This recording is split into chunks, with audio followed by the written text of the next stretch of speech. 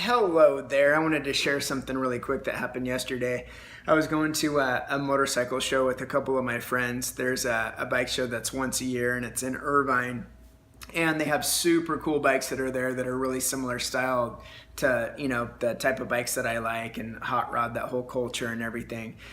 And we were going out there, and before we went out there, I was asking God to show me something, to just ask what he was saying. And it's so funny how God can speak through situations sometimes, and just, I'm still learning how to learn it or hear his voice, and just figure out being led by the Spirit. And on the way over there, I was with some of my really close friends that I've known for a long time, and we were just having fun and, acting like 12-year-olds like we normally do when we're together.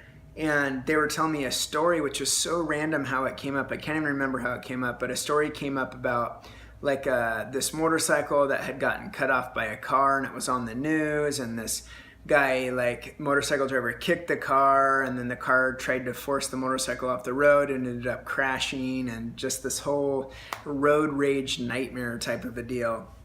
And they were telling me about it and showing me the video, and I'm like, man, that is so crazy, and I didn't really think that much of it. And then we got there, and one of our friends had met us there. And when we got out of the car, he's like, man, this lady was just freaking out on me. She was flipping me off and throwing stuff out of her car. And we're like, why? And he's like, I have no idea, And I didn't think anything about it. And other than, that's so strange. We said to my friend, then we went in the show and we checked out all of these amazing bikes. And I had a couple of friends that were there. And so just, making the rounds, checking out the bikes, it was, I think, around 160,000 degrees outside. So we're all just sweaty, and we're kind of over it after about an hour.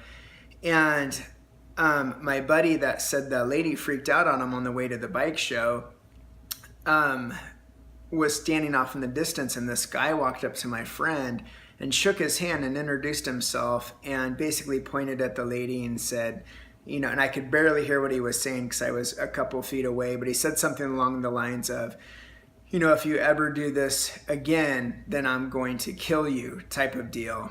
And then he turned around and walked away.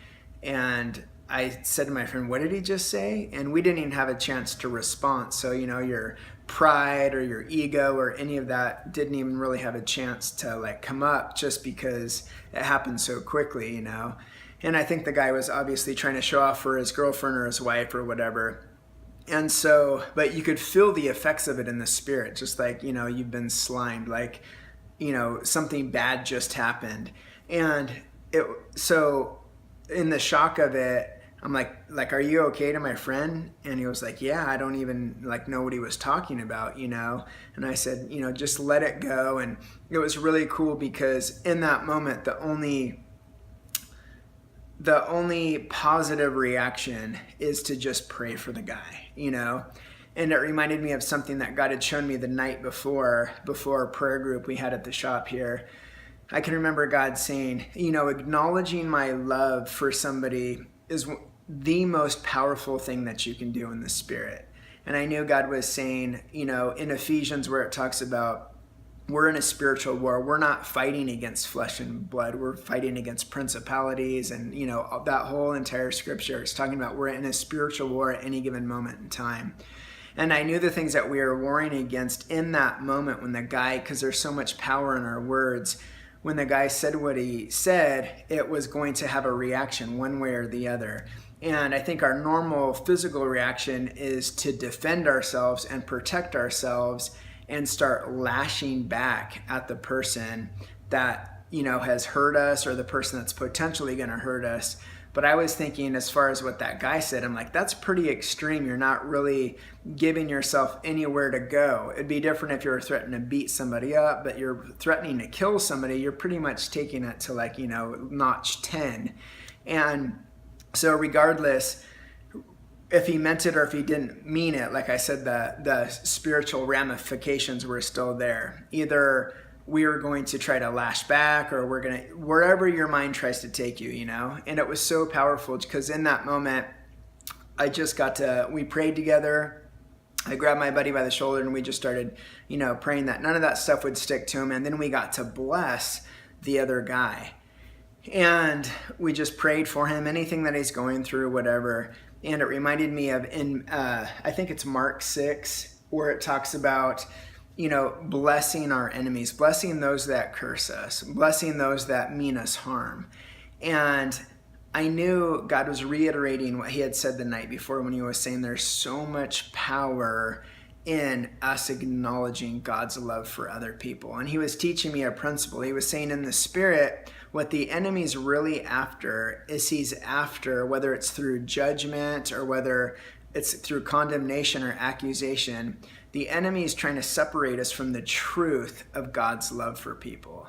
And that's exactly what Jesus is accomplishing in our lives. As we're free from looking out for ourselves and we're trusting him with us, we're free to respond to the truth of God's love for the people that are around us. And there's so much power in the Spirit as we come into agreement with the truth of God's love. And I felt like God was bringing that up, and I didn't realize it actually until today, because as the thought of that guy and that whole situation came up, I could feel fear and I could feel this, justice and all this other crap coming up.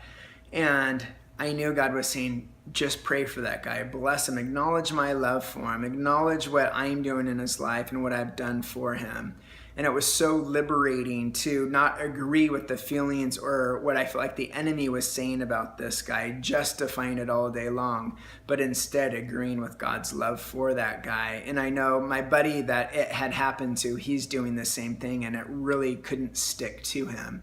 So it was just an encouragement to you guys. If anybody's going through that, they feel accused or they feel like, they're judged or just in fear, that there's so much power in the Spirit as we acknowledge God's love for the people that are around us, even those that are cursing us and condemning us. And I really believe, according to the Bible, obviously, that Jesus is saying, this is a work that I've started in your life that I'm completing, and I'm bringing you to the place to where not only can you love God with all of your heart, soul, mind, and strength as you trust in me, but I'm also developing the ability and the love in your heart, his love in our heart for other people, to where we can truly love our enemies as we would love ourselves. And I don't think I said it, but earlier today, I felt like God was bringing it up, saying, hey, can't you see how all those things tied together? How we were talking about the road rage circumstance on the way to the motorcycle show,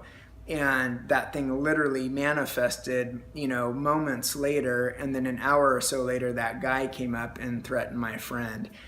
And I knew God was saying, I'm teaching you something through this. And like I said earlier in the video, it's so interesting how God teaches us stuff and, allows things to come up in order to further develop our faith and our love for one another through our faith in Jesus. So I hope that made sense. And I'm going to put some super cool motorcycle pictures on this video because I know you guys are going to be like, whoa, those are cool. God bless.